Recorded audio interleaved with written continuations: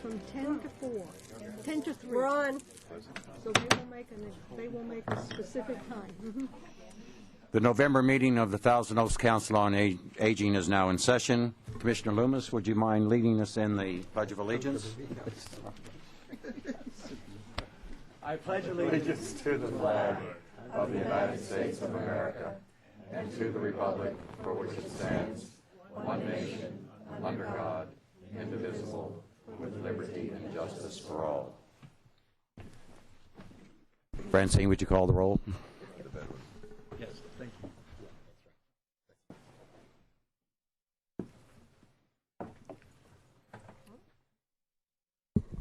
Commissioner Borghi, Here. Commissioner Fotheringham, Here. Commissioner Grimm, Available for duty. Commissioner Healy, Commissioner Loomis, A veteran present. Commissioner Norkin, Commissioner Shentes, Commissioner Surden, and Commissioner Wing. Here. Thank you. All right, now it's the time for public comments, and our first speaker will be Mark. Mark, I don't have your last name. Where are you? There you are. Go to the podium there, please, Mark, and I'll turn that mic on. You can use either mic. This one? That's fine. Okay. Yeah, I was just curious when Betty speaks, if she could speak and address the thing that's happening with Blue Cross and some changes that were in the LA Times. And I've already talked to her before I put that in, but okay. Our next public speaker is Brenda Birdwell from Senior Concerns. Brenda.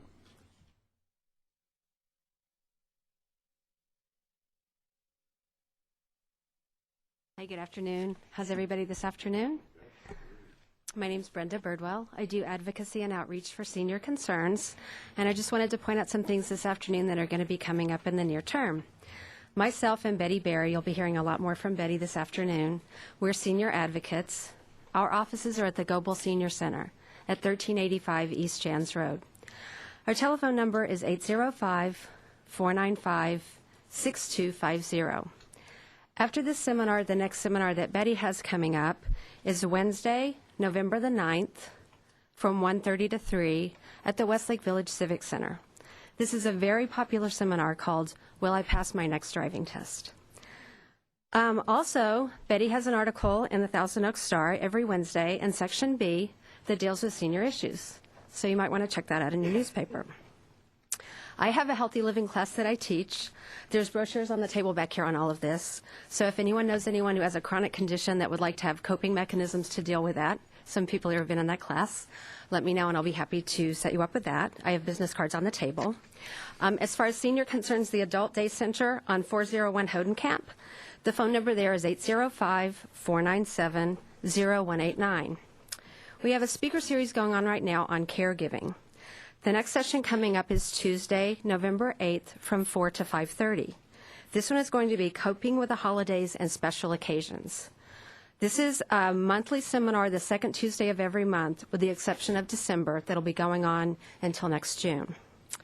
Also coming up here at the Civic Arts Plaza, an Irish Christmas is going to be Friday, November 25th, and parts of the proceeds of that will be going to Senior Concerns. And last but not least, the Nutcracker Tea will be December 8th at University Village. Again, the number for the Hodenkamp facility is 805-497-0189, and you can get more information on any of these programs at the website, which is www.seniorconcerns.org. Thank you. Thank you, Brenda. Well, now we come to the major attraction of the day. Oh, I'm sorry, Peter. My fault entirely. Peter Faraday from Hospice of the Conejo. Peter? Thank you. Good afternoon, commissioners and guests. My name is Peter Faraday, and I'm a volunteer for Hospice of the Conejo, a volunteer nonprofit hospice and grief support center located here in Thousand Oaks. I also came to just mention a couple of important upcoming community events that are happening. I want to preface that by just saying that every year millions of Americans living with life-limiting illness and their families receive care from hospice programs throughout the United States. More than 468,000 trained volunteers contribute 22 million hours of service to hospice programs annually. Hospice of the Conejo specifically celebrates its 34th anniversary of continuous service to the community this month. All services are provided free of charge. Our organization contributes greatly to community life, both in the obvious way of providing a vital service to all who need it in times of crisis and loss, but also in the less obvious way of building community through volunteerism. I'd like to invite the commissioners, guests, and the entire community to the Hospice of the Conejos 31st Annual Tree Lighting Ceremony, which will take place on Tuesday, November 29th at the Oaks Shopping Center in the food court patio at 6:30 p.m. It'll be a wonderful event with music, refreshments, reading of a ceremony called Speaking of the Names, where people have contributed names that they would like to honor publicly, people they have lost over the last year or more. And it will provide an opportunity to dedicate a star in honor of or in memory of a loved one, and to, again, enjoy music and refreshments with family, friends, and community. Children will be invited to decorate a star and place it on the Tree of Life, which is the centerpiece of the celebration. I have flyers on that, and would be happy to pass them out to anyone here interested, and I will also leave some on the table in the back. I would encourage you to, if you could or are interested, to take one or more and pass them around to other outreach areas of the community, whether it be a house of worship or other gathering that you know of. And I'd also like to secondly invite you to attend a presentation on grief and the holidays, which will be held at the Global Senior Adult Center on Thursday, November 10th from 10 to 11 a.m. Join one of our experienced grief facilitators who will discuss the challenges of experiencing the holidays after the loss of a loved one. For more information on any of these events or other Hospice of the Conejos services, please call the hospice office at 805-495-2145. Thank you very kindly. Thank you, Peter. And now we move on. We're very fortunate to have Betty Berry with us today. Betty, as you know, is a senior advocate for senior concerns, and she's here today to explain what we can expect in 2012 from Medicare. Just a little bit about Betty's background. In addition to being a senior advocate, she's also a state-registered counselor for HICAP. She also counsels on long-term care insurance and is a registered community counselor. Betty has also been a member of the Area Agency on Aging's Advisory Council, once serving as chair. She's also served on Ventura County's FAST Committee, and currently she's on the Advisory Council for RSVP. Betty, as you also know, writes a weekly column for The Star, which you can read each Wednesday. And all of that leads me to the question, Betty, what in the world do you do in your spare time, if you have any spare time? I give you Betty Berry. Thank you. To answer your question, I volunteer at the Ronald Reagan Presidential Library.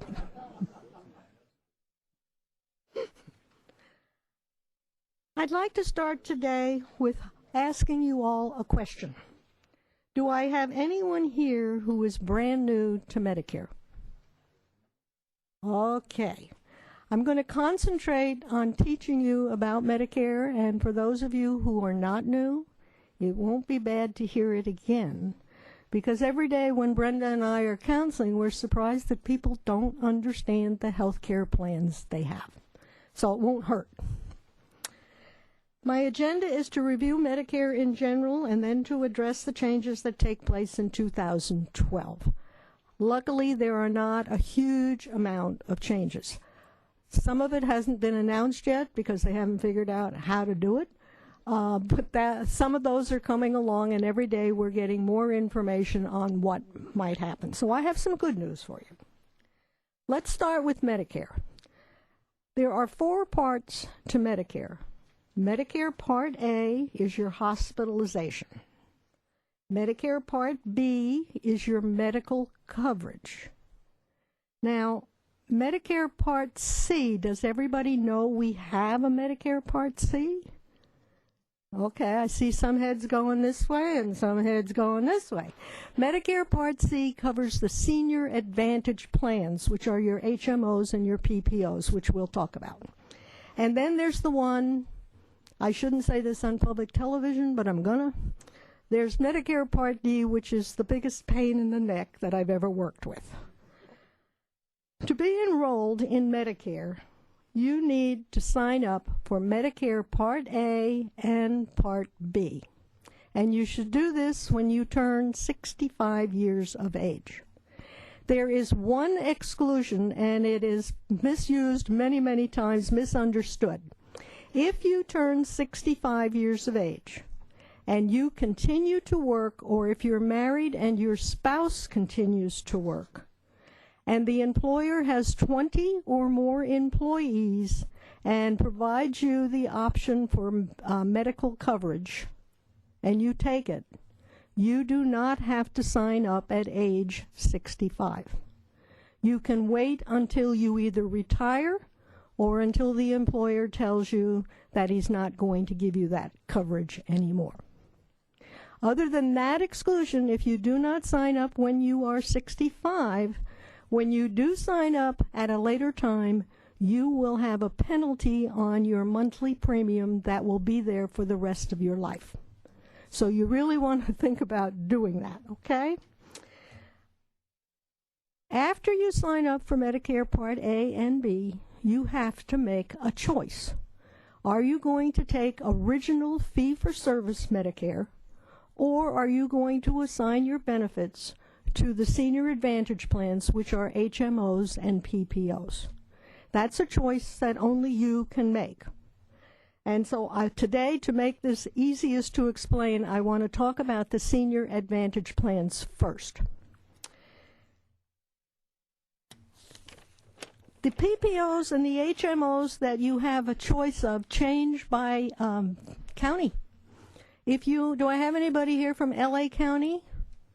Okay, your choices are going to be a little bigger than those in Ventura County. And if you've gotten your Medicare and You 2012 book, in the back they are listed. But each county, and within our county, it's broken between the east and the west. You have certain choices. So for those who live in Ventura County and are in the eastern part of the county, which would be Thousand Oaks, Simi Valley, Moore Park, Oak Park, then you have 3 HMOs to select from and 1 PPO. You have Kaiser, of course. It is here. It's been here forever. You have SCAN, which has been here about 4, maybe 5 years, and it's growing nicely. And then you have Aetna, that was here last year and then left, and it has come back. As far as the PPOs, you have one choice. It is an Anthem Blue PPO. Now, a gentleman did ask if I would talk about this Blue Cross thing. Last year, we had 2 Anthem Blue PPOs. They are discontinued as of the 31st of December. So if you are currently in a Senior Advantage Anthem Blue PPO, which is called Freedom Blue, you have gotten a letter that says you will not have this coverage after December 31st. This gives you a guaranteed right to change your coverage. You can buy any other kind of coverage you want. You can go to another HMO. You can come back on original Medicare. If you want to buy a supplemental policy to go with it, there is kind of a little quirk there. You have to buy it from Blue Cross, but you can buy it, and you will buy a Part D plan. So that's your choice. If you had Anthem Blue's PPO last year and you haven't gotten a letter, then see me after the meeting, 2 doors down. Okay?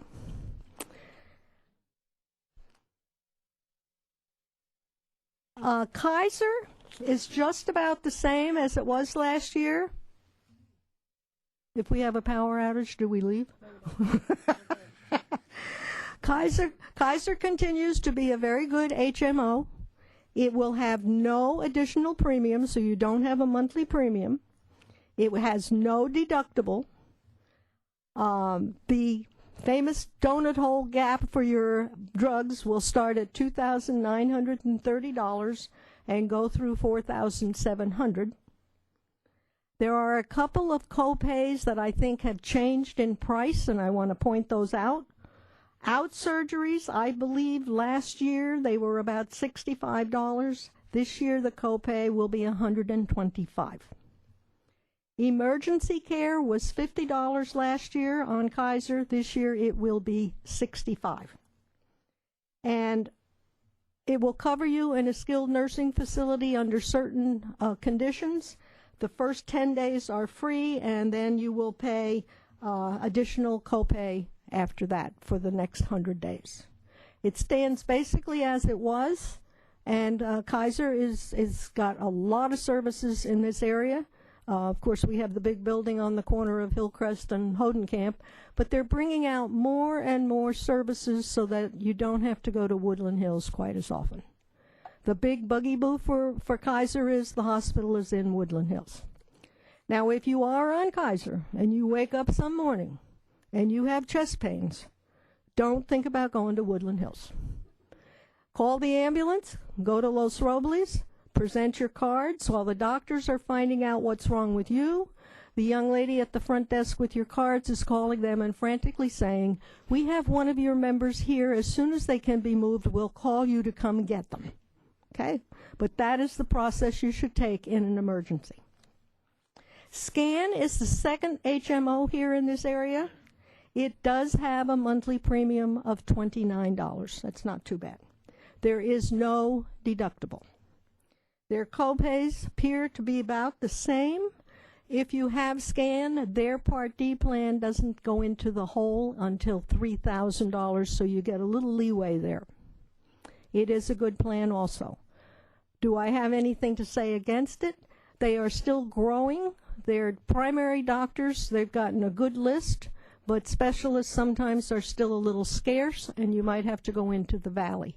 However, they do provide 12 one-way rides if you have to do that. Aetna is back. It does have a premium of $35. Its outpatient surgery will cost you a copay of $250. An ambulance ride will be $200. Emergency care is $65. And hospital days 1 through 8, you will pay $250 a day. Those are the three choices you have for a Senior Advantage HMO. The new Anthem Blue that replaces the two that we had before is pretty much identical. What we had before were regional plans, and now they've come up with what we call a standard plan. And Blue Cross, when it sets a price on a regional plan, it has to use it throughout the state.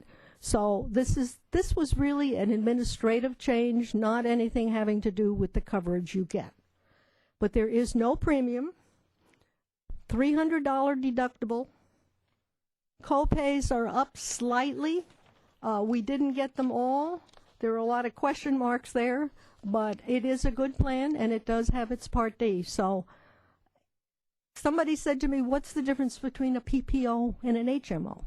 Well, I look at a scale, and over here I have plain old Medicare, where you can go to any doctor that will take Medicare, and you have the freedom to do what you want. And over on this side, I have an HMO where you're really restricted to their doctors, their providers, and so on. In between, you have an HMO, a PPO. And a PPO has some restrictions. It has some doctors and providers who have contracts with them. They're called in-network providers. But if you don't like the in-network providers, you can go outside to what they call out-of-network providers. However, I have to warn you, if you go to an out-of-network provider before you have services, make sure that doctor takes Blue Cross. Many doctors don't take Blue Cross. It's a perfectly good plan, but sometimes it pays a little less, and sometimes they're a little slow in paying. So many doctors have not taken Blue Cross. You don't want to get in there and have some service provided and then find out, oops, we don't take Blue Cross. And that has happened to us recently here in the Valley. So this brings me to the other, or one of the other seminars that we do. It's called Whose Responsibility Is It If It Isn't Yours? And yeah, if they don't say, I don't take Blue Cross, doesn't prevent you from saying it to them. So take it to yourself. If you don't ask and they don't take it, it's coming out of your pocketbook, not theirs. Okay? Are there any questions on HMOs and PPOs? One little question. Oh, good, because I thought maybe I didn't explain it. No, not necessarily about that. But you had mentioned the signing up for Medicare when you get 65. Mm-hmm. Is there some advantage to not doing so? I mean, would there be a reason someone would choose not to sign up? Is there an advantage anywhere? Well, yeah. Why would you not sign up for it? The only really, really good reason is if you're still working and covered by your employer. But if you don't sign up then, when you do decide, like 5 years later down the line, you're going to be penalized 10% for every year you did not sign up. And then you can only sign up in the open enrollment period, which runs from January through March, and you can't get coverage to the following July. So there's a disadvantage to not signing up. Yeah, I was still working and still under coverage and did sign up. I don't see where the obstacle is. I can't. I'm trying to find a reason that someone would say, no, I'm not going to do that now. Well, I had a lady who didn't do it now. She said, I am not sick. I never go to the doctor. Why should I pay a Part B premium when I don't need it? Okay. And 5 years later, when she became ill and she signed up, her premium was increased by 50%. Okay. Okay? Then she was sicker than she was before. Yes, sir? Okay. Let's say our working and we do have insurance. Isn't there a provision in Medicare for this where we can sign up and join it, but then kind of suspend it so that we don't receive a penalty? Stop using Okay. The question from the gentleman is there some provision that we can sign up and then delay it so that we don't get penalized? If you are working past age 65 for an employer with 20 or more employees and you have health care coverage from him that you take, there's no reason to sign up for it ahead. And you won't be penalized when you do sign up because you had that condition. If you're working past 65 or your spouse and you're working for whoever has the insurance is working for an employer with less than 20 employees, then yes, you do have to sign up. Medicare will then become your primary insurance and your employer's insurance would be your secondary. Okay?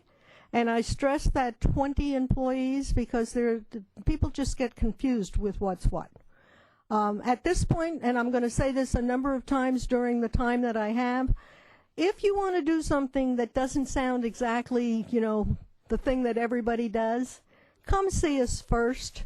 We can advise you as to if you do that, this is what will happen, and then we can help you decide what you want to do.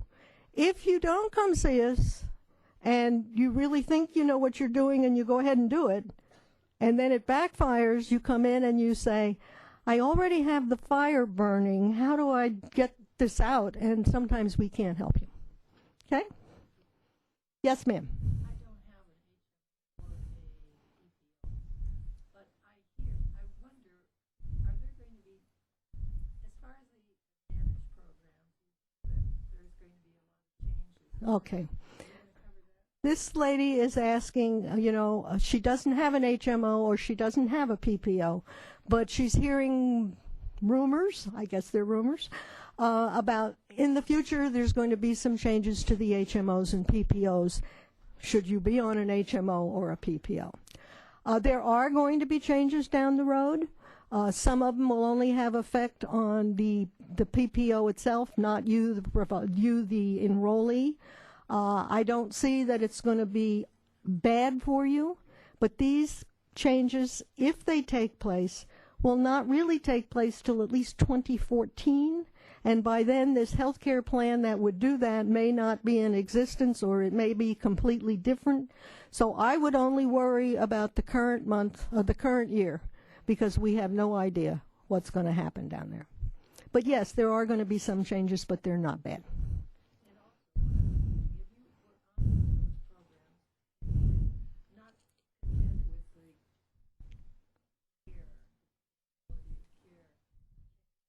Okay.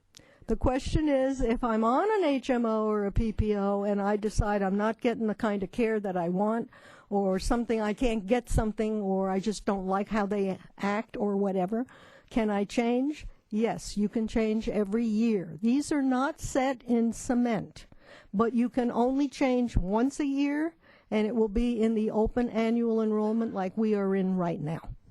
So if you make a mistake with the first choice, you can fix it the next year. Yes. Qualify for what? It's guaranteed. Medicare cannot turn you down. Oh, Medicare. That's what we're talking about. Like, say, if you go to a Blue Cross plan. If you go to buy a secondary insurance, I'm going to put you on hold for that because we're going to talk about secondary insurance later. Yes, ma'am. My question concerns Medicare, dental care. They have completely... I'm sorry. There is none. Exactly. What does a person do that has bad teeth? They're seniors. They need the... You know, some of the senior advantage plans for a small fee have an extra policy that will cover vision and teeth. If you have a retiree's policy that covers dental or vision, for goodness sakes, keep it, and I'm going to go into that in a little bit.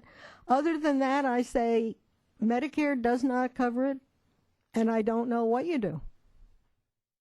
We can send you to USC, to the dental school, but it's not there. My advice to people just turning 65 and just coming into Medicare is if you have a policy with your employer that's going to stop when you retire, but it covers dental, go in and get your teeth fixed. Thank you. This is one of the biggest complaints there is. Yes.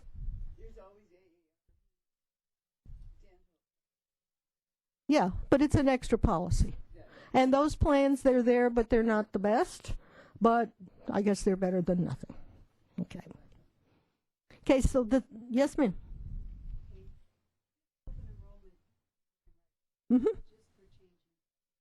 No, this is open enrollment. You can change from an HMO to a PPO, from a PPO to an HMO, from an HMO. Okay, so. Okay. You're talking about the supplemental, and I'm going to get to that in a minute. Okay? That's a whole nother subject. Okay, so, yes, ma'am. Well, congratulations.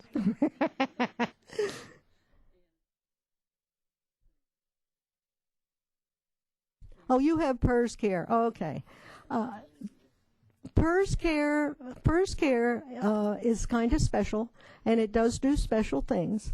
If you like your PERS care, I suggest you keep it, except some people are finding it's rather expensive. But if you don't like your PERS care and you want to change, you can, but you're going to give up your PERS care, and I don't suggest giving up a retiree benefit plan. Good for you. Okay. Keep what you got. Keep what you got. Okay, senior advantage plans are really easy in this respect. If that's your option, you want to go on a senior advantage plan, whether it's an HMO or a PPO, you go, you sign up for that, and you need nothing else because it covers everything.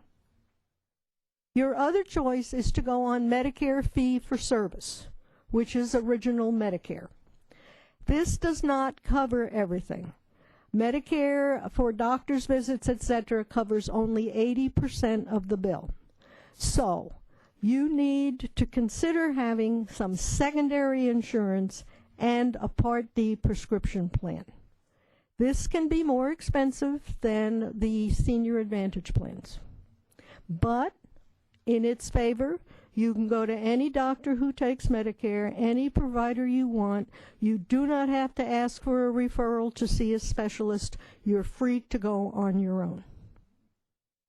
What you do is you're going to buy a secondary insurance, which is called a supplemental policy or a Medigap policy, and you're going to buy a Medicare Part D, which covers your prescription drugs.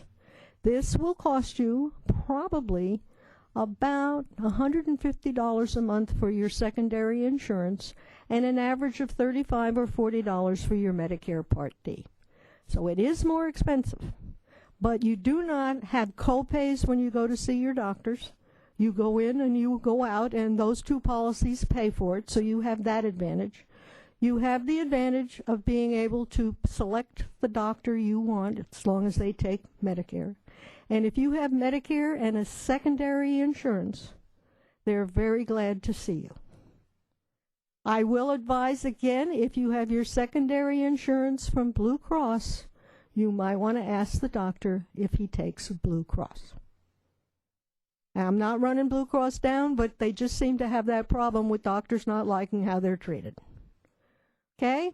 We're going to talk about the secondary insurance that you need. It can come from buying a standardized government Medigap policy, or it can be a retirement policy that you bring into retirement with you. So if you are retired and you have benefits coming to you in retirement, and it includes health care coverage, that can serve as your secondary insurance. These are known as carved-out policies. They might not be as good as a Medigap. They may be equal to a Medigap, or in some cases, they are better than a Medigap. So if you're coming in with that kind of a policy, you need to know what you have.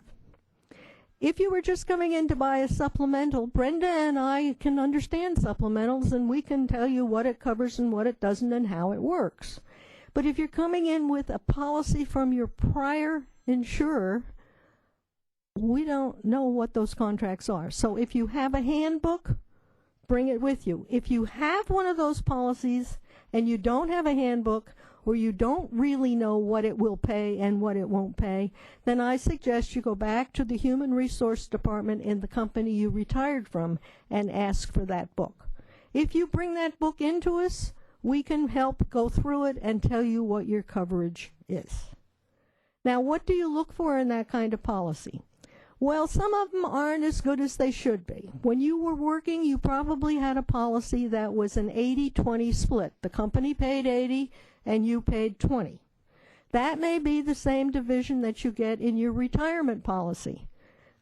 They will pay 80 and you pay 20. But they will look and say, oh, Medicare paid 80% of this bill, so the 80's already paid, we don't pay anything, and you may be stuck with the 20. So you need to look at those and see what other advantages those plans do have.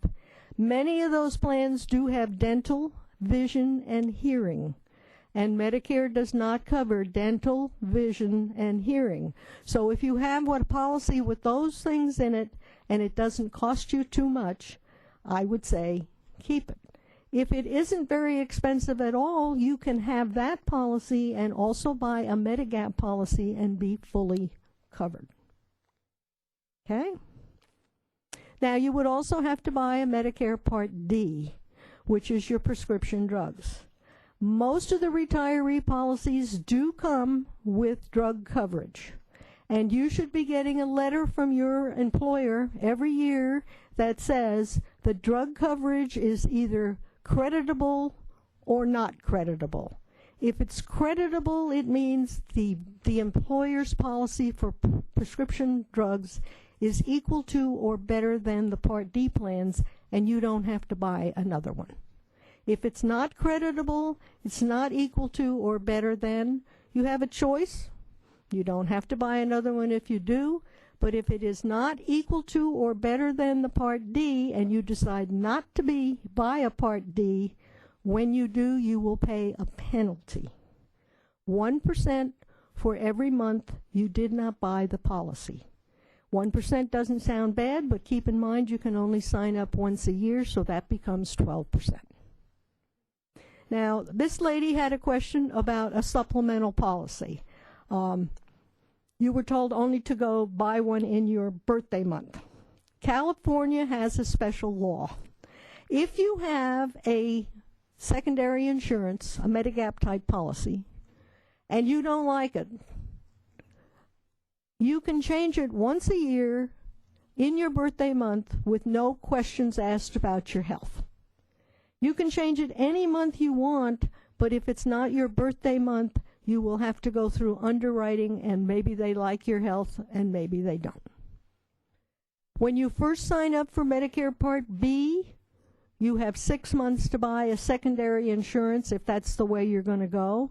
And during that 6-month period, you do not have any questions asked about your health. You could be the sickest person in the world, and they have to take you.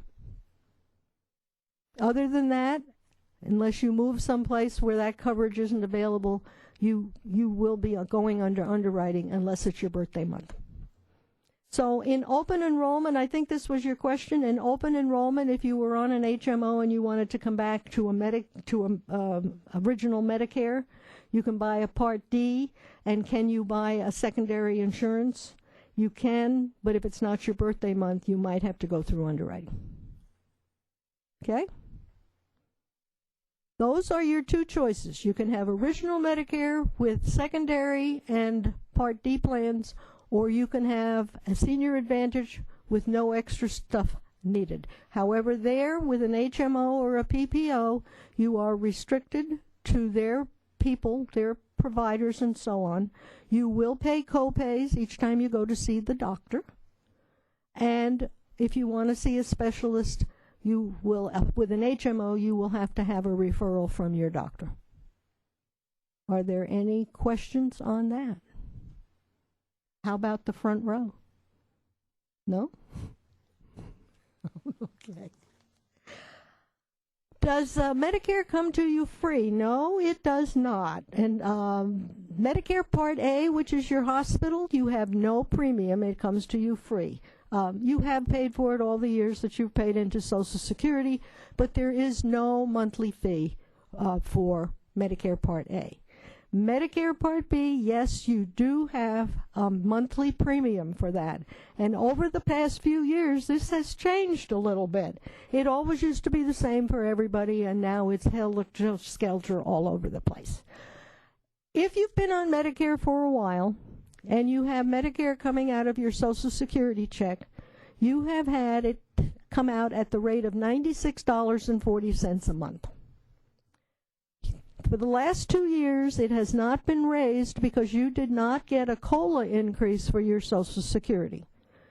The law is written that if they don't give you a COLA increase, they cannot increase your Part B, because that would make your Social Security check smaller, and they can't do that. There was questions this year as to whether in 2012 you're going to get a COLA raise or not, and you all, I'm sure, know now that you're going to get a 3.6% COLA increase on January 1st. This allows them then to increase your Medicare Part B premium. Since we're going to get a 3.6% COLA increase, we all really thought that your Medicare Part B increase would be quite big, but it's not. It's $3.50. So your new Medicare Part B premium coming out of your Social Security check starting January 1st will be $99.90. You know, it's not $100. It's only $99. Now, there are some people who signed up for Social Security and didn't have it taken out of their Social Security checks over the past 2 years, and they have been charged with $105 and $110 and $115. Many of those will be reduced to $99.90. You will be getting a letter from Social Security. So you're going to get the raise. Some of you are going to get the raise and your Medicare Part B is going up. Others are going to get the raise and your Medicare Part B is going down. The other thing about Medicare Part B is that your premium is based on your income. If you are single and you earn more than $85,000 a year, then your premium is going to be higher. If you are married and your income together comes to $170,000 or more a year, your Part B will be higher, and it steps on up. Now, many seniors say, I'm never going to make that much money retired, $170,000. Keep in mind, the way they determine what your income is they look at the last income tax return you filed. So when 2012, when you're filing your 2011 taxes, they're going to look at the tax return you filed in 2010. And they're going to look at your net adjusted gross income.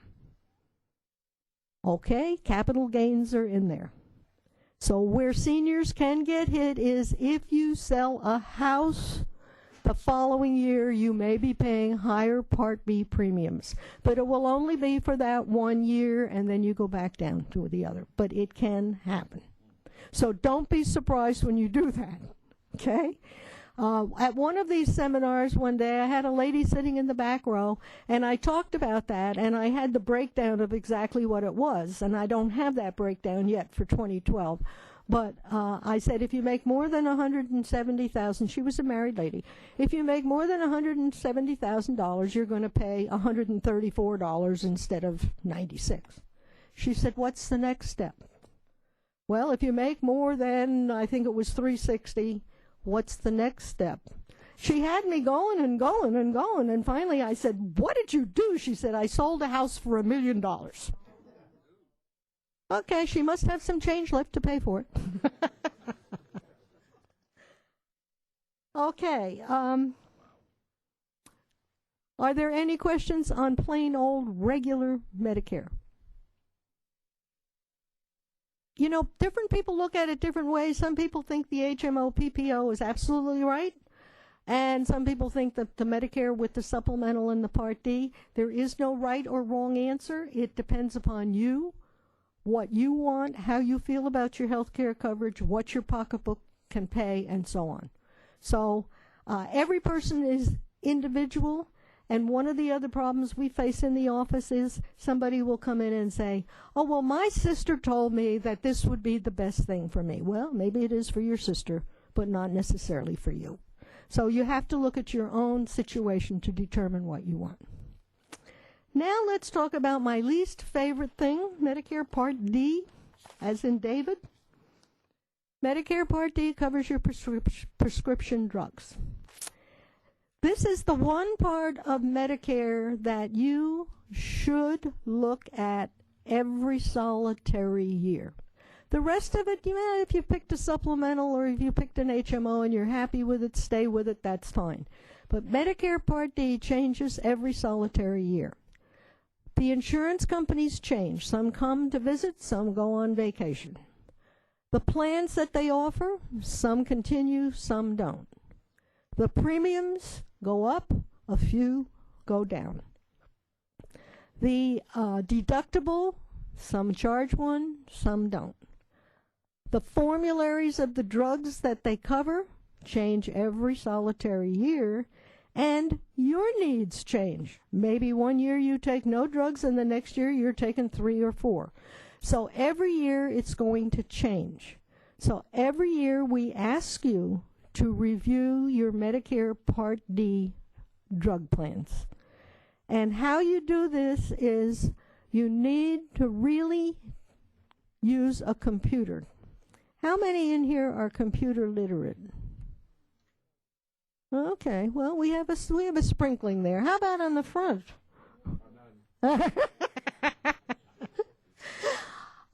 So we will do the work for you if you want it done.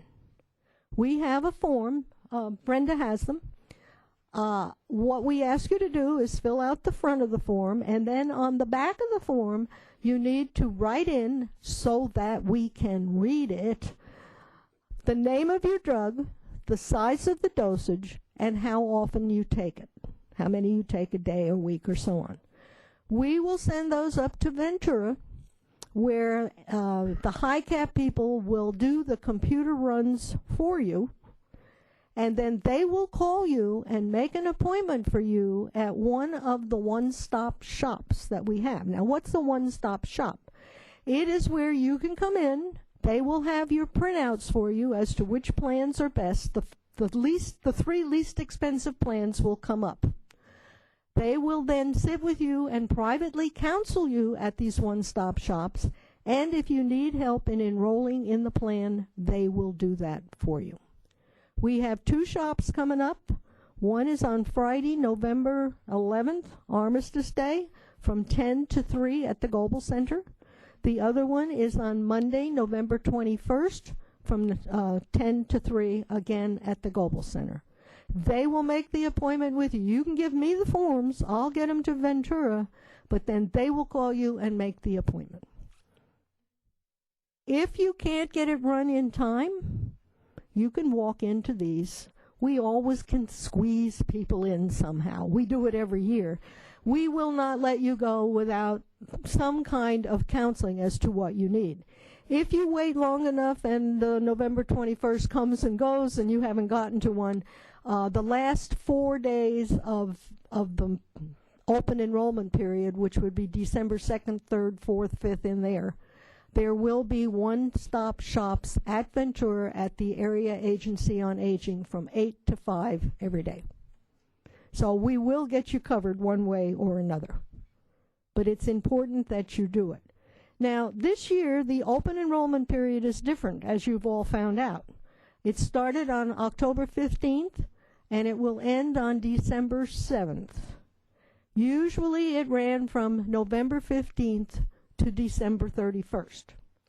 That was not good because the paperwork couldn't get done before the new year started.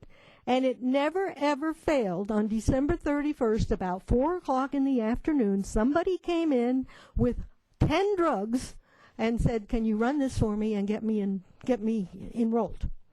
And then that person would go out that night, which was New Year's Eve, and have one really good time, and then on January 1st needed drugs. And the paperwork wasn't in, and there's a lot of confusion. Well, you're not covered. Well, I am covered. Well, no, you're not. Well, I signed up. So this gives them 3 weeks to get the paperwork done. Also, we don't have to work on the holidays. That's the part we like the best. Okay? All right, where are we going from here? Could I ask a question about this whole Part D thing that I've sat and listened to several presentations like this, and I still don't understand it. I'm with Kaiser, and I'm told that, not that I have any reason to, but I'm told that if I don't assign Type D to them, that I lose my senior advantage status. You're Part D. Yes. Yes. Is that correct? That's correct. How does the math work? How do the dollars accumulate? Is the dollars that I pay for each of my medications that add up to reach that donut hole, or is it some other list price category? Okay, you got 2 questions there. Okay. First, if you have a senior advantage plan and they have a Medicare Part D coverage, you must use that coverage. If you don't like that coverage for some reason, sorry, that's what you bought. But if you think, oh, well, I'll just go out and buy a freestanding secondary Part D plan and I'll use that. If you buy a freestanding Part D plan, you have just disenrolled yourself from your HMO. Okay? Now, for a couple of years, you disenrolled yourself from everything and you had no coverage at all. They've gone back to now, you will go back to straight Medicare, but you've taken yourself out of the Part D. Okay? The other question you have is with how do you get into the donut hole? Because I've had people say, well, the first $2,940, well, I only pay $28 a month for my drugs. I'll never reach the donut hole. Oh, yes, you will. In that first period of time, that up to $2,940, they look at what you pay plus what Medicare pays together. And when that combination reaches $2,940, you are in the donut hole. Yes. What practically happens at that point? That same medication you've been getting for X number of dollars becomes X squared, or? What happens is when you go into the donut hole, now this was prior to this year, but when you went into the donut hole, you paid the full going price for that drug. So if that was a $335 drug that you've been getting for $28, you're going to pay the $300 and whatever. Starting this year, 2011, when you went into the donut hole, you were given 50% off. The pharmaceutical companies were picking up 50% of the cost. That continues in 2012, and then starting in 2013 on up, that 50% will grow and grow and grow until 2020, when you will only pay 25% of the cost of the drug in the donut hole. Now, if you get out of the donut hole, when you take the money that you personally spent in the first part of the plan, plus what you and the pharmaceutical company pay in the second part, and you get to $4,700, then you go into catastrophic coverage. And catastrophic coverage, Medicare pays 95% of the bill. Okay? It's a little complicated. I am curious, is there some sort of official notification? Oh, yes. That you have gone into the... Yes. When you have a drug plan, whether it's with an HMO, PPO, or with a freestanding Part D plan, you get either a monthly or a quarterly report on your drug coverage. It tells you how much you've spent, how much they've spent, how much money you have left in the first portion before you get to the donut hole, and so on. However, most people don't read those. Well, Yes. I've heard a recommendation as a strategy for delaying going into the donut hole of taking your cheaper drugs, Your generic Costco drugs. or Right. Walmart or someplace like that, and buying them outside of the system, and then only That's right. submitting your expensive ones to the When you have your drugs run for you, like I've talked, we would do the computer work. We can tell you right there when you'll go into the donut hole. If you go into the donut hole late in the year, November, you finally go in the donut hole, you're never going to get out into the catastrophic area. So our advice is then, take your generics, don't use your insurance for it at all, and go to Costco or Walmart or whatever, and it will keep you from maybe going into the hole. But if you go into the donut hole early in the year, and I have one lady who's going in February, then I say buy everything on the plan, because you'll get out of the donut hole into catastrophic, where Medicare pays 95% of the bill. So again, it depends upon your expenses. Okay? Yes.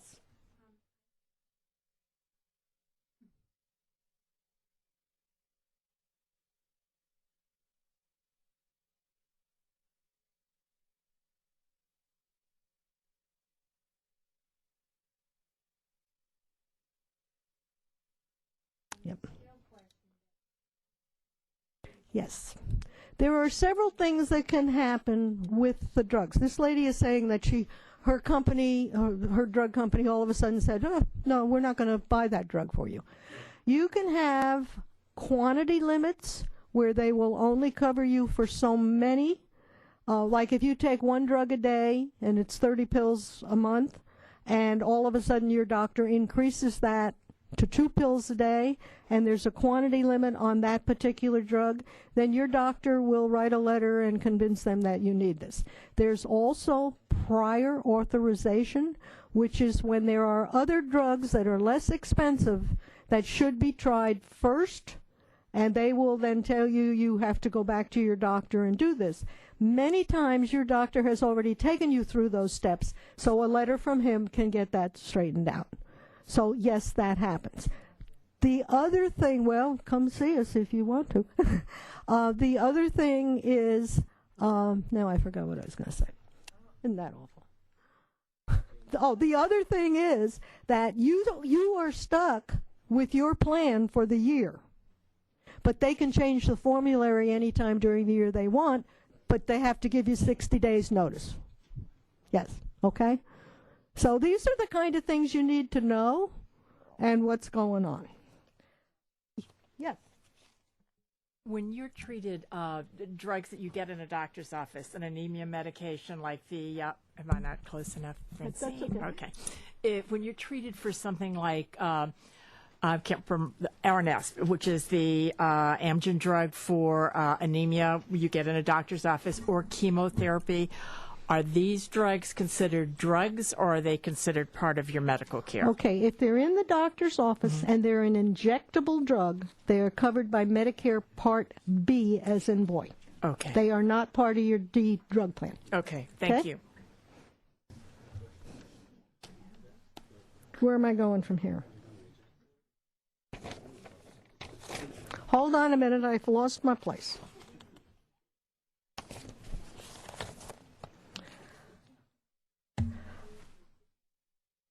Okay, we talked about your COLA increase, right? Okay, well, let me go back. Are there any more questions on Part D that you want to ask here or 2 doors down when we're finished? Yes, ma'am. Mm-hmm.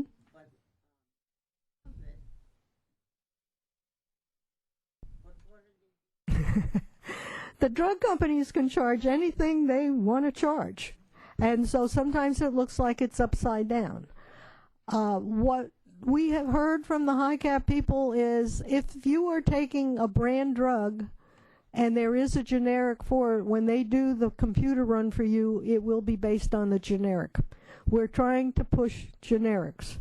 Generics have good track records. You know what the side effects are. You know what you can use them for and what you can't. Some of the new ones coming out have no track record. They're brand new. You don't really know what all the side effects are. And generics are normally less expensive drugs.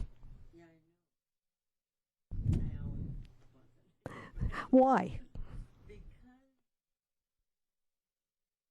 The generics have been well, there are some that you can't take. Now, the generic drug is exactly the same as the brand drug, the drug itself. But the filler in the pill is different, and it's the filler that you can't handle. And in that case, then you do have to take the brand drug. Yes, sir. Lucky you.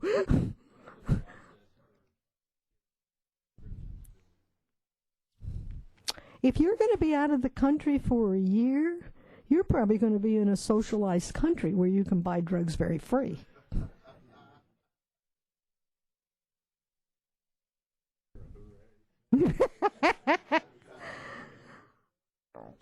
I suppose if you do mail order, I suppose you could have it mailed to wherever you are, but if you're going to stay in one place. But in a year, I don't think you're going to be staying in one place. But that's a possibility.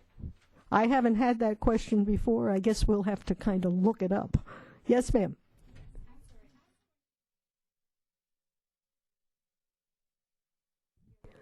Okay, the lady wants to know what is the deductible on the hospital this year. We just got a few of them. I haven't gotten the Part A deductible, but I would imagine it will go up probably about $75 to $100. That's usually what it goes up. And I believe this year it was $1,132.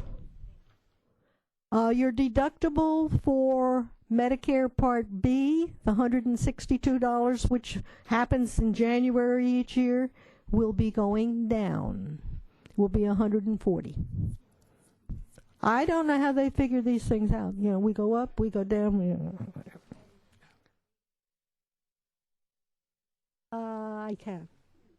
Not my favorite subject. Betty? Oh, Yeah. One question. This is just more of an experience question. My husband and I last year both went in the donut hole, and we started buying our drugs from Global Pharmacy Canada. Not all of them, but the ones that were really killing us. And have you ever heard any horror? We had no problem. Okay. But I just wondered if you, in your experience, have heard horror stories about folks who did that. So. Okay, this question is buying drugs from Canada, or it could be Mexico or whatever. I have to go on the record, since you have me on public television, of saying it's illegal. Yes.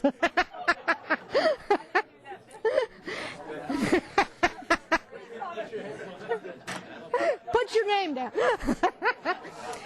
It is against the law to buy drugs out of the country, but besides that, there are many seniors who do this. And I have never heard of any grandma or grandpa being stopped for their drugs. So I think they're going to continue to do that. The scary part is, and it could be scary in this country too, but the scary part is you don't necessarily know where those drugs are coming from. But other than that, Keep it up. We got some from, if we had ordered them, which we didn't, but we would have gotten some. Oh, has she changed her story? We thought about it. Some came from Canada, some came from India, and some came from Germany. That's right. You So just don't. You, did not just don't know know. up front. Right. But people have been doing it for a long time, and I have not heard any horror stories. Okay. Thank you. Yes.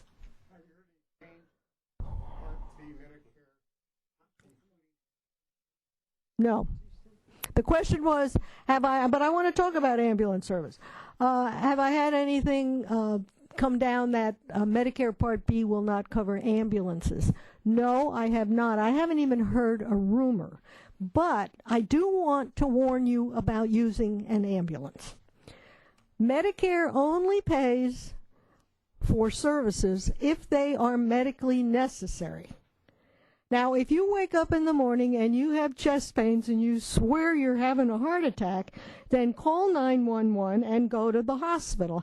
That's covered. That's an emergency. But there are cases where it's not. Now, I had a case the other day where a gentleman's wife woke up in the morning and had an emergency, she thought. And he sent her to the hospital, to the ER, in an ambulance, and Medicare paid the bill. When she was finished in the ER, there was no emergency.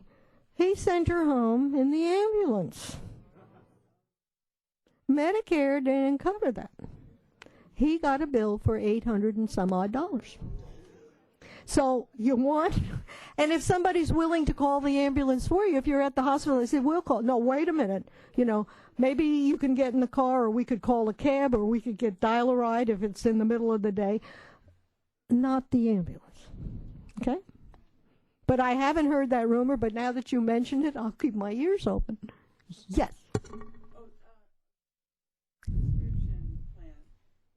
When we computer with the name of prescriptions, we Yes.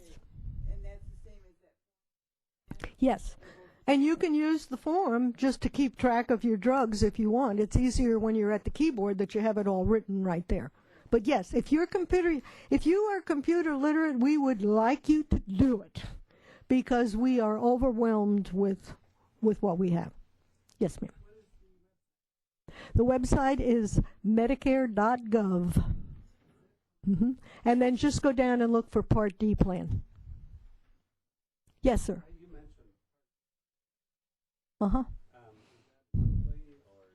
That the Medicare Part B deductible is an annual deductible. It's the first, and in 2012 it will be the first $140 that Medicare approves, but they don't pay.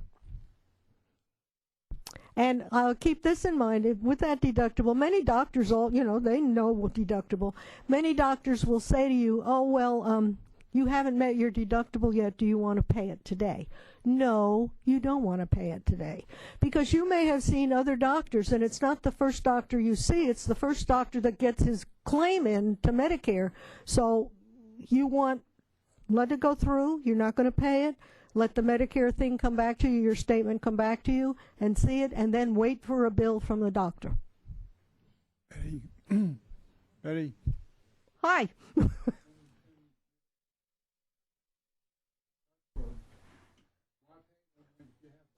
Supplemental insurance, they usually pick up that deductible. Supplemental insurance, depending upon which supplemental policy you have, will pick up that deductible. That's why when you go for a supplemental policy, you need to see what each one of those policies cover. Okay.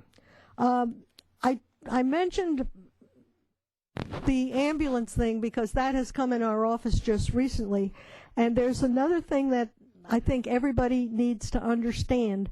There is a difference between being an inpatient and an outpatient. If you go to the hospital and you are admitted, you are now under Part A. That's how Medicare will be billed, and you are an inpatient. And any drugs that you get while you are inpatient in the hospital will be covered under Part A. If you go to the emergency room, which is Part B, because you're an outpatient in the emergency room, and you're there for a number of hours, And then somebody, an aide or someone says to you, we're going to put you on a gurney and we're going to send you upstairs for some observation. And, okay. So you go upstairs on the gurney, and then they put you in one of those nice little nightgowns, and they put you in bed, and the nurse prods and does and everything, and you're there, and you're as happy as a lark. And then the nurse comes along with a little paper cup, and she says, here are your self-administered drugs. Okay, fine, I'll take them. Okay, the gentleman that we were dealing with did exactly this, and he had 3 drugs in that little paper cup, the same 3 drugs that he takes at home every day. If you're an inpatient, there are some things that are not covered under Part B, and those drugs were not, and he paid $111 for those 3 drugs. So, if you go to the hospital, or if you go to the ER, and you're sent upstairs, look for the words observation. You need to say, am I being admitted or I am not? You need to know if you're an inpatient or an outpatient. Now, hospitals probably like you to be an outpatient because I think they get paid a little bit more for outpatient. But also, the self-administered drugs was a clue, but how many of you would have picked up on that clue? Because self-administered drugs are not covered. So you have the responsibility, I'm sorry, but you have a responsibility to say, am I being admitted, am I an inpatient, or am I an outpatient?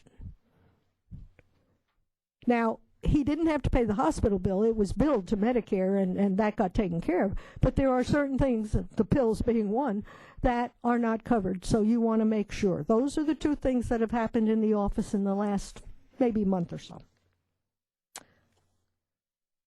Okay, this 2010, Medicare offered new enrollees, those are who are 65 and over just coming in, a physical each year, a physical when they came in. It was like, you're welcome to Medicare, okay? They referred to this as a physical. So many people went ahead, the new enrollees went ahead, and they took their physical. But Medicare's definition of physical and the doctor's definition of physical weren't the same. And it was a misnomer on Medicare's part. What they should have said is you are entitled to a wellness check. A big difference. Doctors know what a wellness check is. So people who went in and asked for a physical, if the doctor really gave them the full physical, they got billed for the physical. So it's a wellness check.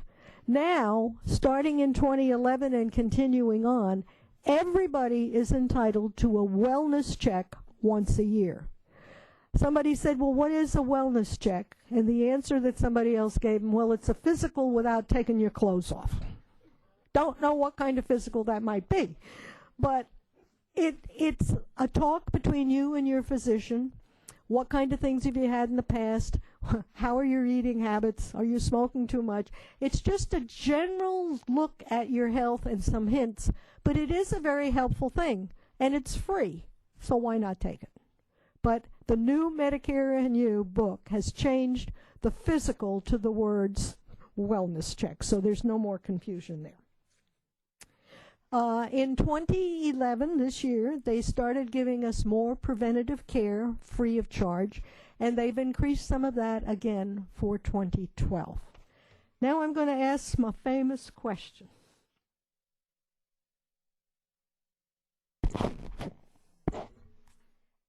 How many got this book? How many have read it? Oh, I got a few hands. Okay. This book has loads of information in it. And this book is printed at great expense to you, the taxpayer. They have cut back. If there were 2 of you on Medicare, you used to get 2 of these. Now you only get 1 per household. But if we don't use them and we don't read them, pretty soon they're just going to be on the internet, and you're going to have to sit there and look through it, and it's pretty bad.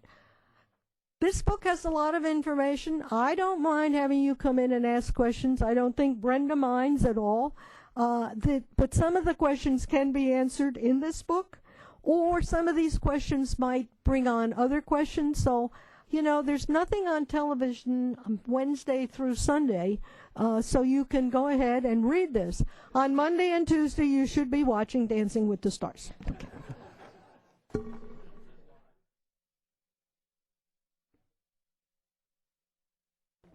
Yes.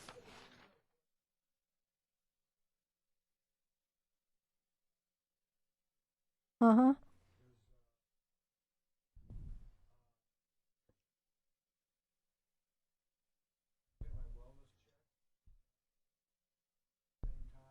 Okay, the question is, he has some question about some of the preventative services that you can get that are free of charge.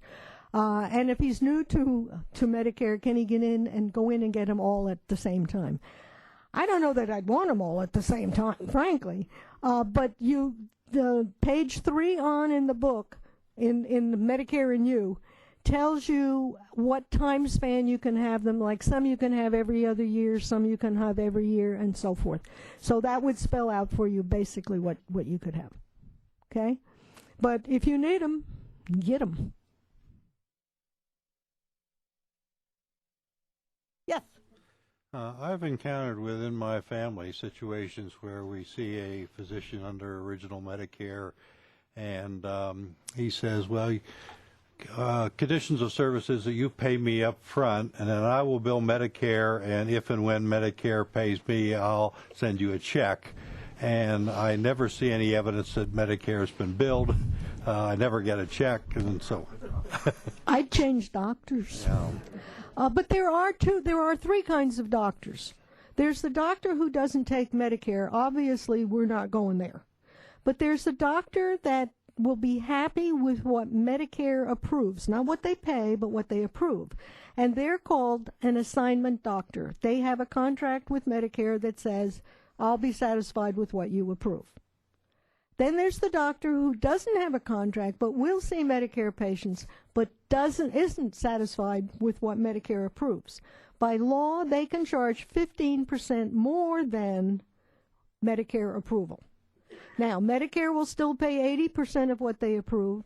You pay the other 20, and the 15%, which is called an excess charge, is yours, or some supplemental policies do cover that. Okay?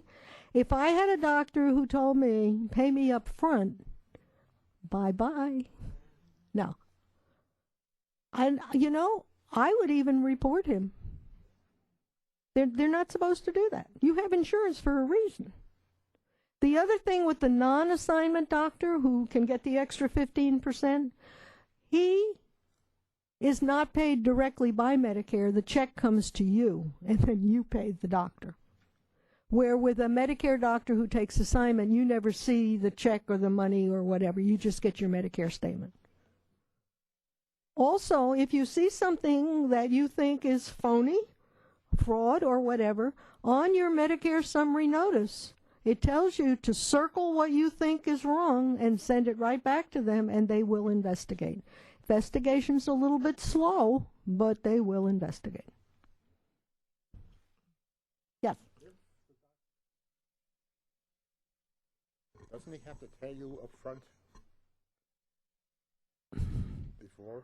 Well, yeah, I guess. What I say to people when they're looking for a doctor, they're going to select a new doctor, and if you probably, yeah. So when you go in, you say to him, do you take Medicare assignment? Used to be you just said, do you take assignment? Oh, do you take Medicare? And he'd say yes. Do you take Medicare assignment, which means that there wouldn't be any extra 15%. However, if you have a supplemental policy or a retirement policy that pays that extra bit, then it's up to you. Yes. You want to go back to Canada? Every one of my questions becomes very personal here. This one is about colonoscopies, but a rumor that I said, okay, guys, we all know each other, right? I've heard a number of people say to me, Medicare changed the rules on paying for colonoscopies. They will not pay, but every 10 years. So have you heard that? I haven't, but Okay. page 3, 4, 5 in the front of Medicare and You will tell you when you can have them. Okay. And there's a difference. some people are at more risk for this kind of thing and can have something more often than somebody who's not at risk. Okay. Okay. Okay? Thank you. We have a lot of laughs, don't we?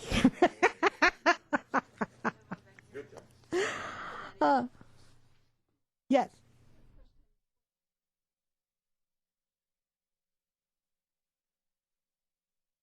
If you have sent your drugs in, they will call you, because I'm sending when you give me these pieces of paper with your drugs on them, I'm sending them up for them to do the computer work. Did you send it to them or did you give it to us? You faxed it to them. You could call that number and ask them, or if you want to give us your name and number, we will call them to make sure they have it there.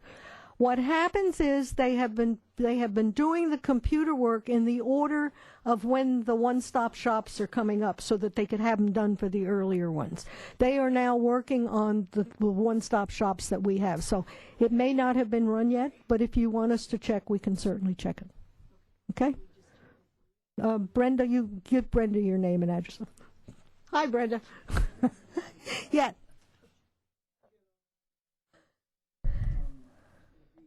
I knew we were going to get to the VA.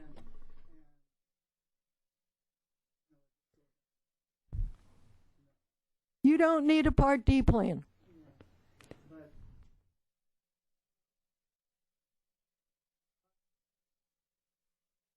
From the VA?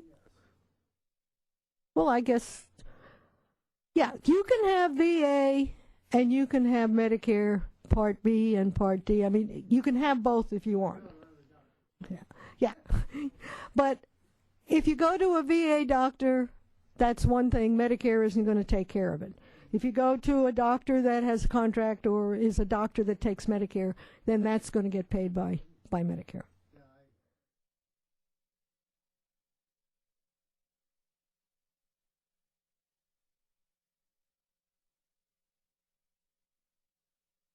Okay.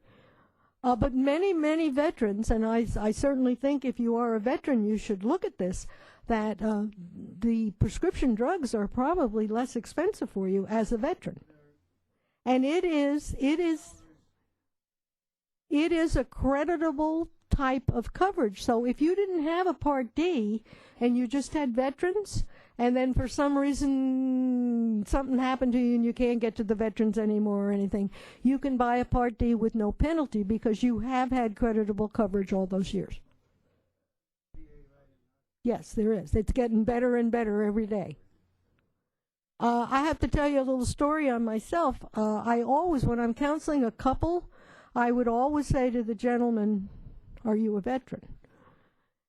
And I had this couple in one day, and the gentleman said, "Well, I was a veteran in the Swedish Army." I said, "Well, that doesn't quite work for me."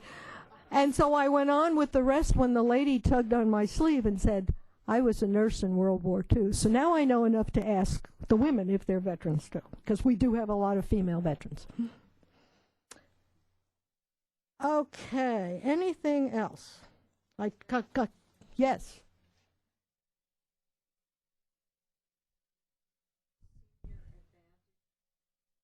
Mm-hmm.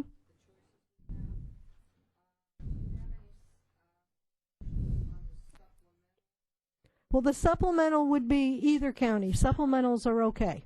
It's not one county or the other. I can't give you which companies. However, if you came in to see us, I would probably write a note for you. I can't say by the ABC company, but I'd probably give you a note with 3 companies on it because we must give 3. And if you took them in the order that I wrote them, I think you'd...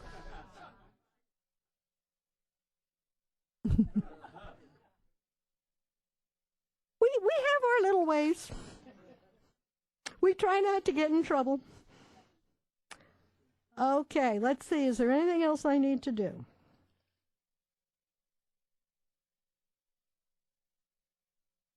Am I going to talk about the new health care plan? Oh my. The new health care plan. We don't know much about it. there are various things being challenged on it. I would love to get a hold of the plan so I could read it, but I haven't gotten hold of it. And it'd probably take me a year to read it. But there are some things in it that are really, really good, and there are some things that are really, really bad. I think one of the things that many seniors are concerned about is they're going to talk about the amount of money they're going to take away from Medicare. We are going to end up, if it goes the way it is, we probably are going to pay a little bit more for things. But that's just life. I mean, we can't get everything for nothing forever. But I don't think we're going to be hurt too terribly bad.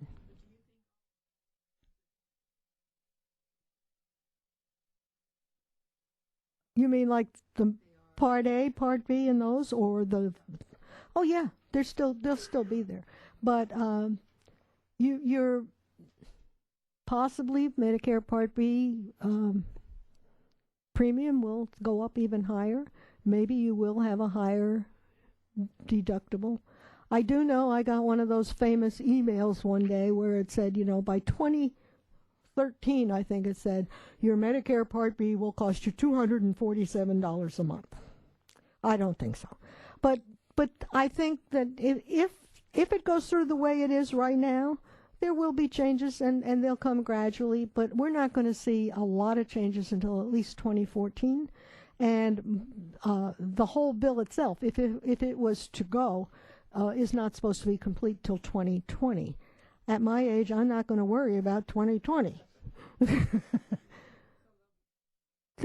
Yeah, like everything else, some good and some bad. We hold our breath every year when, the Medicare changes come out. And we didn't get a raise in COLA for 2 years, and we all grumbled, but we didn't have our Part B raised. Now we got it, and I have people grumbling, and I said, well, you got 3.6% increase. What do you want? Some of us will be happy, and some of us won't. Sir. Sort of indicated that companies go in and out of giving support here in Medicare. HMOs. All right, well, sort of goes into my question. Do you see people trending more towards HMOs, or is the PPO still a very strong component? Well, actually, right in Thousand Oaks itself, I would say that a great number of people who are interested in the Senior Advantage plans are going to the HMOs rather than the PPO. I don't know why. And Kaiser is very strong here because it's got buildings here and so on. They'll never go away. What's happened in the past years that I've been in this job, at one point I had 9 HMOs for people to choose from. And then one year I had 1. It was Kaiser. Everybody else went away. And now, then SCAN came in and, what's the other one? Aetna came in, and then Aetna had a little bit of trouble. It wasn't trouble with care. It was the way some of their bookkeeping and what. And so they said, you can't sell to any more customers till you fix this problem. So they fixed the problem, and they've come back.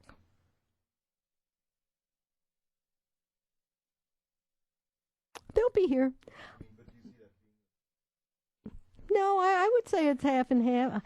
People have, I could say to some, I'm not allowed to say go to an HMO, but if I have a client who is very, very low income and could not possibly afford a secondary insurance, then probably in our discussion it would come up that this will cost you a little less.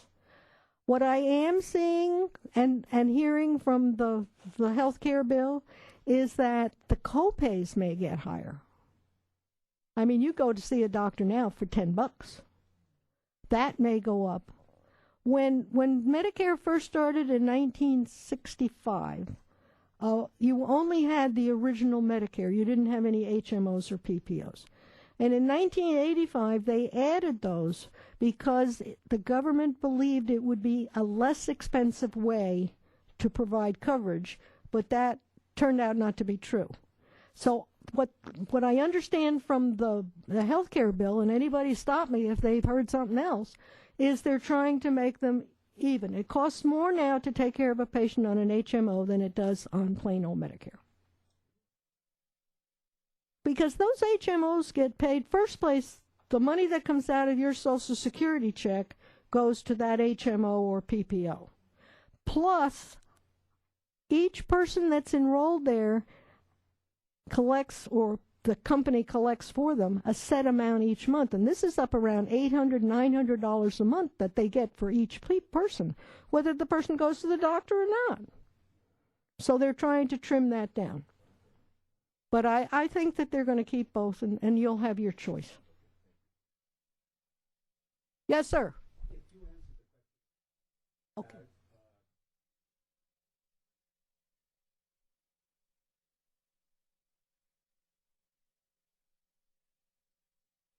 Okay. Okay. The gentleman is talking about the Medigap policies, Plan F, that there will be some changes. He read an article I have not seen. Maybe I should read something other than the Star. But I have heard no rumors about it being anything being effective soon. I have heard that probably mid-2012 there will be changes in the Medigap policies.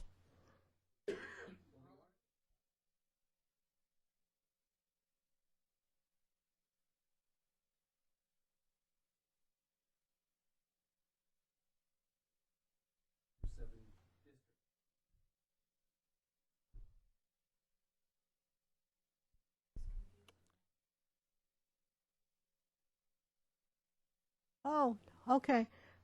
There was the Anthem Blue PPO was the one that got changed from regional to standard.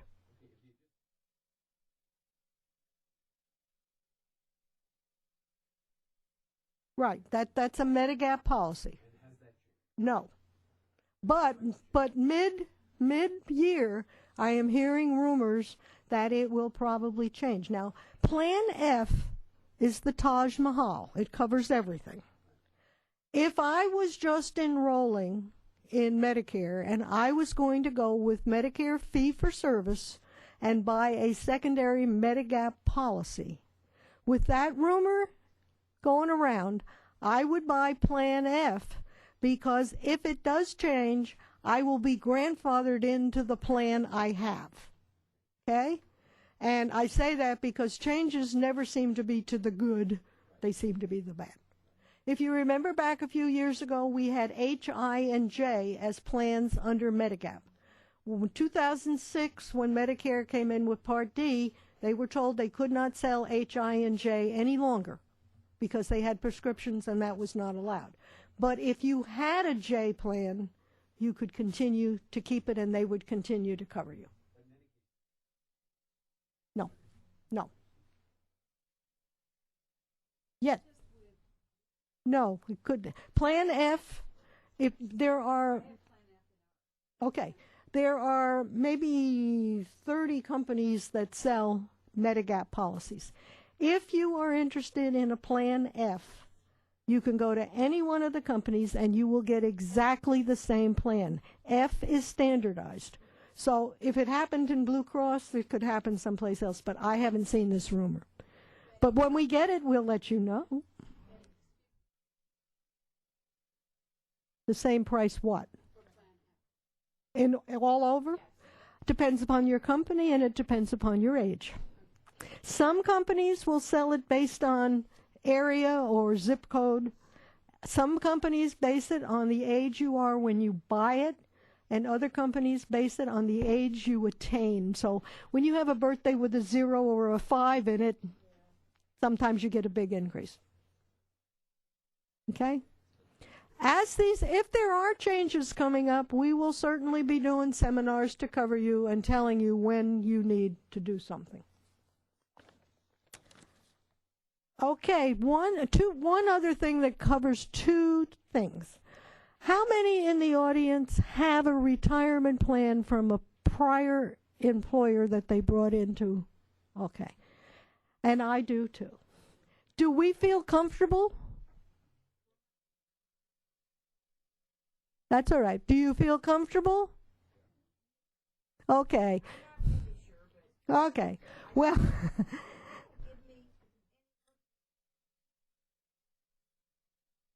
Okay, well, that's not the question I was going to ask. The question I was going to bring forth. I have had people come to me this year from State Farm and from 3M. They got letters from their employers that said, as of December 31st, we will no longer be giving you these benefits.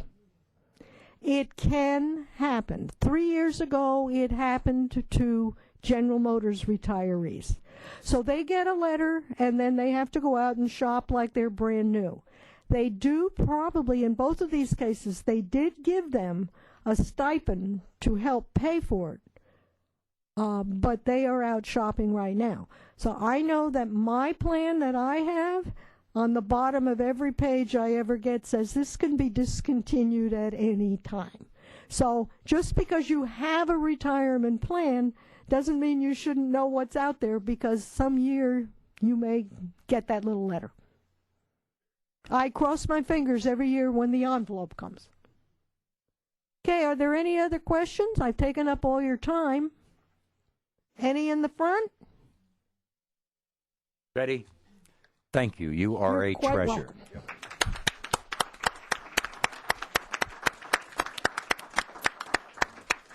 As mentioned earlier, Betty will be next door. If anybody has more questions or more specific to themselves questions, she's agreed to hang out.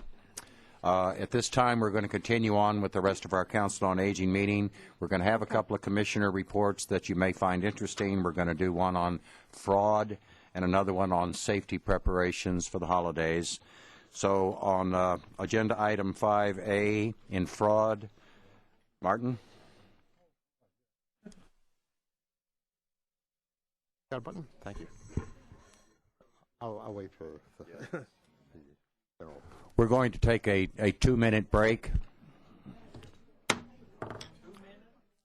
2-minute.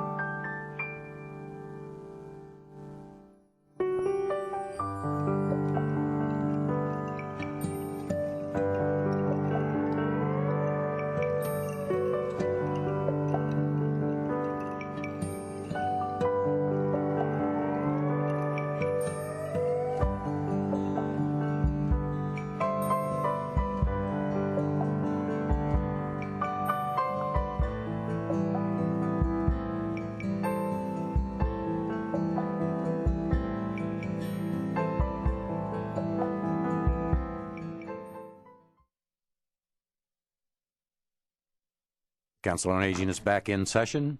We move to agenda item 5A. Martin Shintez, would you tell us about fraud? Well, I'm going to tell you about the old lottery scam, which never, never dies.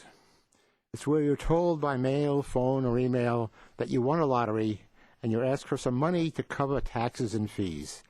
The money always goes to a foreign country where the thieves are safe from our law enforcement. And it's moved from country to country, and now it seems to be in Jamaica, where the whole thing has become so lucrative that there are gang wars going on to gain the turf, and about 1,200 people have died in these already. Well, a 72-year-old grandmother in New Jersey got a letter saying that she won a $2.5 million jackpot. She had to send $18,000 in fees to cover taxes and things like that.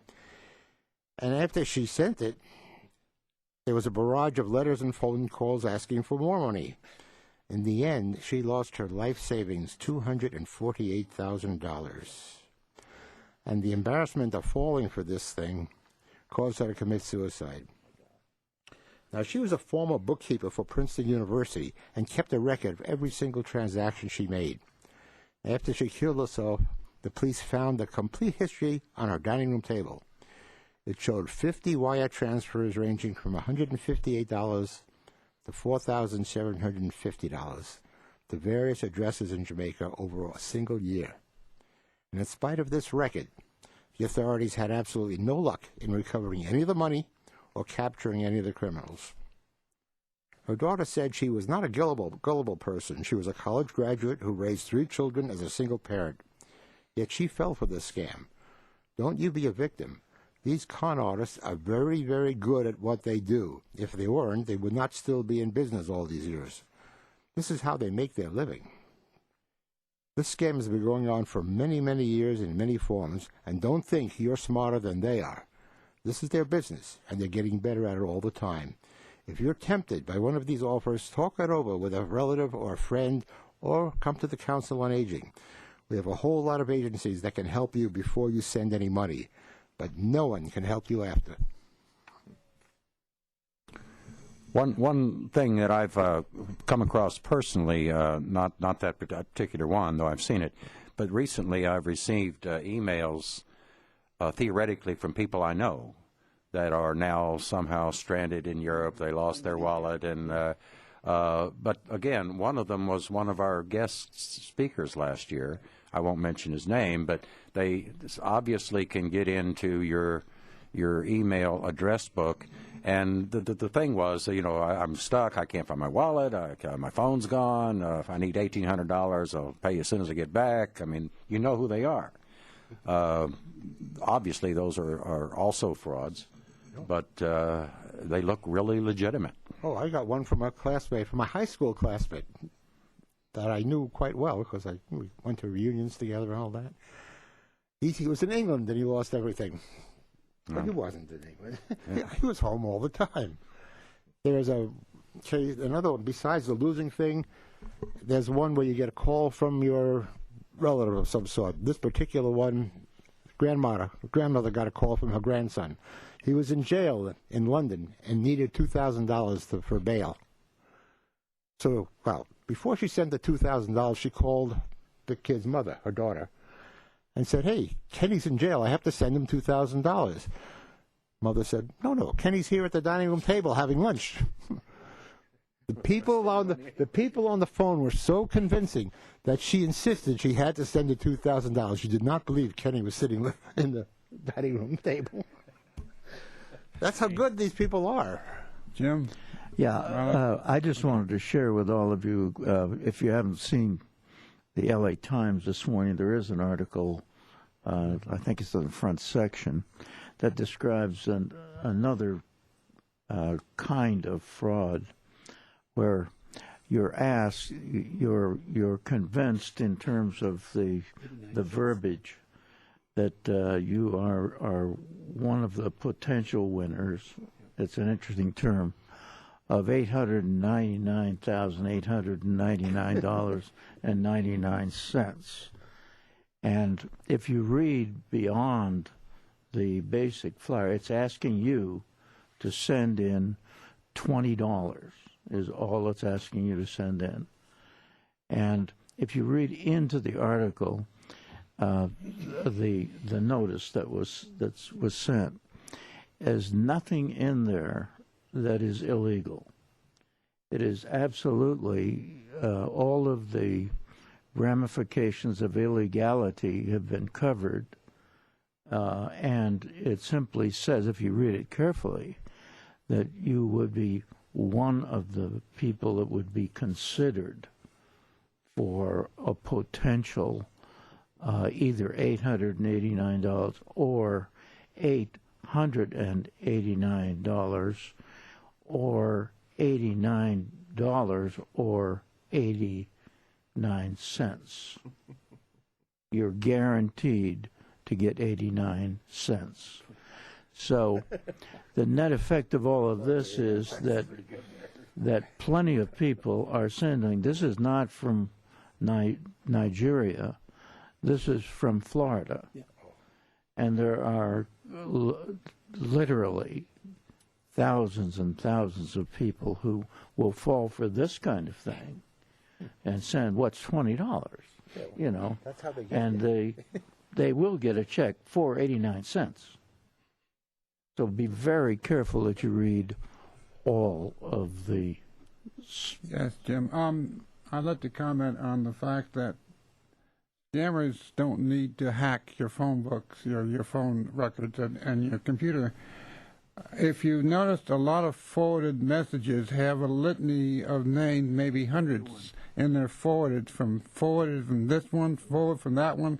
Each one has a listing, maybe 10 to 15, 20 names, and the list may contain well over 100, sometimes there are 1,000 names on it.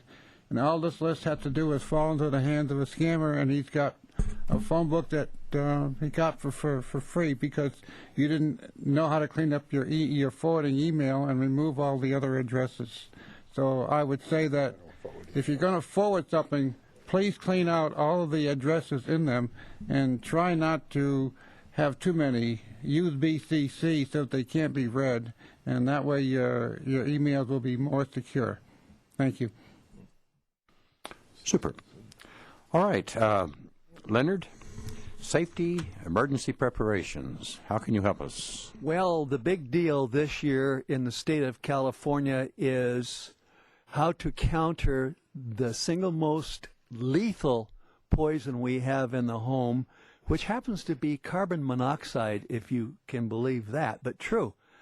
And actually, what we did in the state is pass legislation that says that everybody in the state must, after the 1st of June or something like that, in fact, we're all late now if you haven't got one, have a carbon monoxide detector in your home. Now, things have changed a lot since I was a kid in Kansas in 1952 when it snowed like heck. Really cold winter. In fact, I learned every mass there was to learn because I didn't want to stay outside and wait for school to start in the parochial school that I was attending. But anyway, I hopped out of bed one morning and hopped right into an 8-inch snowdrift and didn't think very much of it, just cleaned it up, went down to breakfast and made the statement to my mother, and she said, "Did you clean it?" And I said, "Yes." "Good, you have preserved the hardwood in this antebellum house that we're living here in Fort Leavenworth, Kansas." Things have changed a lot. In California now, we tend to live in airtight homes, and this presents a problem for us. And the problem is that then we run the risk of carbon monoxide poisoning, which is a lethal poison, can be a lethal poisoning, and carbon monoxide is not detectable. You say, well, I smell carbon monoxide in the garage. No, you didn't. You smelled the byproducts of combustion, not the byproduct of combustion, which is carbon monoxide. So our homes are more airtight, primarily because we've got things like double-paned windows on them to keep out incredible noise and to save heating costs. The state law is we have to have one of these things, and it's not very big, and I happen to have a First Alert model here. If you go up on the internet, you can find that the MSRP on these things ranges from about $60 all the way down to about 24, and with a street value of about $12. Now, a good friend of mine and a compatriot on the council said, yeah, I've got one installed. I put it right next to my stove. And actually, at this particular point in time, apparently I'm making a lot of gas because it's indicating that it's picked something else up. But the problem with it is if you're not careful about where you install it, then you run the likelihood of a false alarm. And here's what that sounds like. Hello, are you... Isn't that an awful chirp? Ah, there you go. Okay, thank you very much. That's worse. You're getting another one. Yeah. There it is. Oh, there it is. Silence it. Twice. Got it. Or I broke it, one or the other. No, it does it twice. It's fine. That one, I don't know about that one. Now, what I'm going to do... Okay, can you imagine being in a trailer in the mountains when this is happening and it's snowing outside? This is one of the great problems I have with this device, in that it will go off, in my estimation, when it doesn't need to, and if you have it hanging up in an inaccessible place, there is no practical way that you can test it with any assurance. However, the legislature says that we must have them. Parenthetically, I am not aware of anyone dying in the city of Thousand Oaks in the last 31 years from carbon monoxide poisoning. But nevertheless, You gotta have one. you still have to have one. So here's what I recommend. Buy a not too expensive one. And I think I would try it in the store first. You have to have it near your sleeping area and not next to the stove. I would suggest not installing it permanently until it gets to be the heating season if you heat with gas. Therefore, you can try it out in different spots near your sleeping area to see if it's picking anything up. A day like today when the Santanas are blowing is really troublesome because I suspect that it's blowing, if I were heating, it would be blowing stuff back down into the house. And so I think I would, if I'm going to use it, I would want it to be able to account for that kind of a happenstance in the house. Right now, it sits on my dresser in my bedroom. There are different kinds of installation instructions for each one of these. My gut feeling is that most of them are going to say, put it fairly low down. And you kind of want it to go off before it gets to your nose. So say 6 inches above the base bar was kind of good, and that way the dog can be sure and chew it up as she's going through her teething stages. Now I'm going to go back to Kansas in 1952. The best thing that we can do is keep a window open and keep our bedrooms ventilated if we can. This helps us to avoid problems like carbon monoxide poisoning, but it also, because this area has a lot of radon, helps us clear out our house and avoid the problems of breathing radon. Well, Jim, that's all I have. Thank you very much. David? Oh, always a tough act to follow, Leonard. I definitely wouldn't want to be called carbon monoxide in your presence, that's for sure. Do want to continue with some liaison reports. Nick, the Ventura County Area Agency on Aging, please. All right. In California, we have a California senior legislature, and its role, there are 3 representatives from Ventura County that serve on this legislature, and its role is to promote legislation that benefits seniors, or at least takes care of senior needs. And they develop bills each year. They can go to Sacramento and lobby these bills with our regular legislators and try to get them enacted. In 2011, Governor Brown signed off on 4 of these bills. And I wanted to give you a little feel for what's changed as a result of these 4 new laws in California that affect seniors. The first of which is a bill that increases the fine for misdemeanor theft, embezzlement, forgery, or fraud, identity theft, some of those things we've just talked about, as they affect seniors. The second bill creates a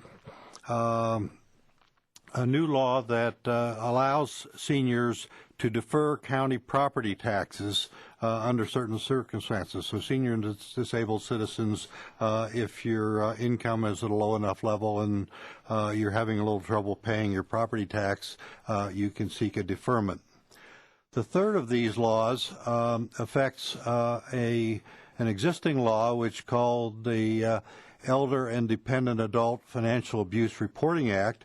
This requires certain individuals who, if they notice any abuse going on affecting a senior, must by law report this abuse to the authorities. And the existing law had a sunset date or date when it expired of January 1st, 2013, and the change that took place this year got rid of that sunset date, so as of now, this reporting act won't expire at all.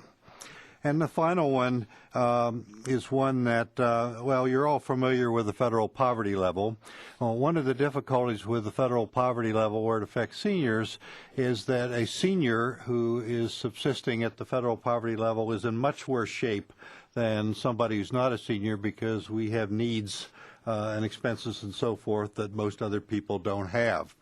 And it's estimated that this gap is about $10,000. That is, a senior requires about $10,000 to be as comfortable as somebody who's not a senior at or around this federal poverty level. So this act creates or requires all of the Area Agency on Aging to utilize what's called an Elder Index, or in more formal terms, the Elder Economic Security Standard Index, in lieu of the federal poverty level when they're reporting statistics on how seniors are doing in their area.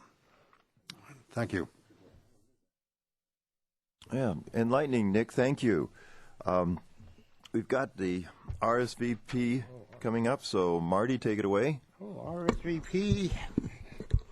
RSVP is having their annual boutique holiday sale, which begins on November the 7th, which I believe is Monday, continues to November the 18th, and it runs from 9 a.m. to 3 p.m. at the Goebel Senior Adult Center. You will find a multitude of gifts, holiday items, beautiful handmade specialty items, and of course, the delightful 50-cent greeting cards. And the money that's raised from this sale goes to Lifeline Services for local seniors in need. That's all for RSVP? All right. I do go there, folks. I mean, that I know my wife goes there quite often. She loves scrounging through those things. Jesus. Next up is, we don't have Andrea today, so pinch hitting here, but without a skirt, I should say, is Gene. So, Gene, bring us up to date on the Goebel. Very nice. Thank you. Thank you ever so much. No, I am not Andrea. My name is Gene Borghi. So I am substituting for Andrea. We have a lot of events, as you all know. I'll give you an example of what's happening just in this month at the Goebel Senior Adult Center. For your Spanish-speaking folks, one of the things that we hear quite a bit is that we don't have very many events for those people who speak Spanish and it's their primary language. But every Wednesday, beginning today, as a matter of fact, 10 o'clock to 12 o'clock, we have a program called the Rodeo Español.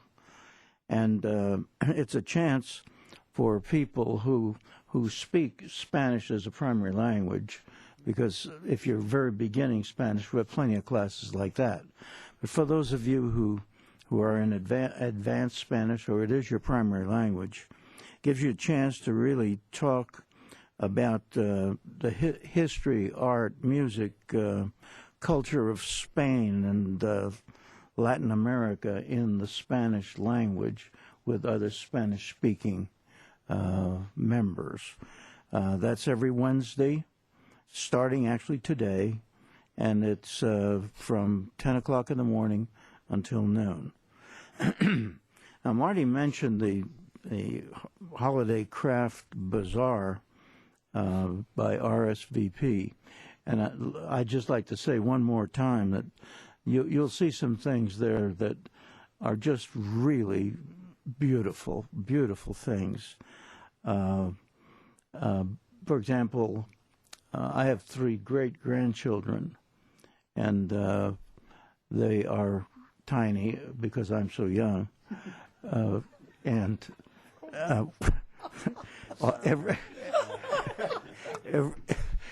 I reached puberty at a very early age. They have the most beautiful hand-knit baby things that you've ever seen. It's just remarkable. You could go to some of our more expensive department stores and pay $200 for a little baby outfit, and you could go to the RSVP boutique and buy that for $20. So it's really beautiful. I have to move right along. They're telling me on Wednesday, November 9th, 16th, 23rd, and 30th, the Economic Realities and Unrealities series. This is a discussion group that is really beneficial and talks an awful lot about what you might order and or not order on the internet, and some of the very real economic realities of today's time. One of our speakers tonight mentioned also grief and the holidays and the program that will be on November the 10th. It's called Grief and the Holidays. And if you have particularly loss of someone close to you, please come November the 10th. That's at 10 to 11 at the Goebel Center. Also, our speaker of the evening mentioned the Medicare One-Stop Shop. That's November 11th and Monday. That's Friday, November 11th. Also Monday, November 21st. That's from 10 o'clock until 3. Take advantage of it. They will give you more help than you can possibly imagine. We have a Master Gardener Seminar series. That's Saturday, September 12th. There's also a grand jury presentation, November 18th. And finally, on January 22nd, I know it's a long time away, but please make your plans for the Goebel Antique Bazaar.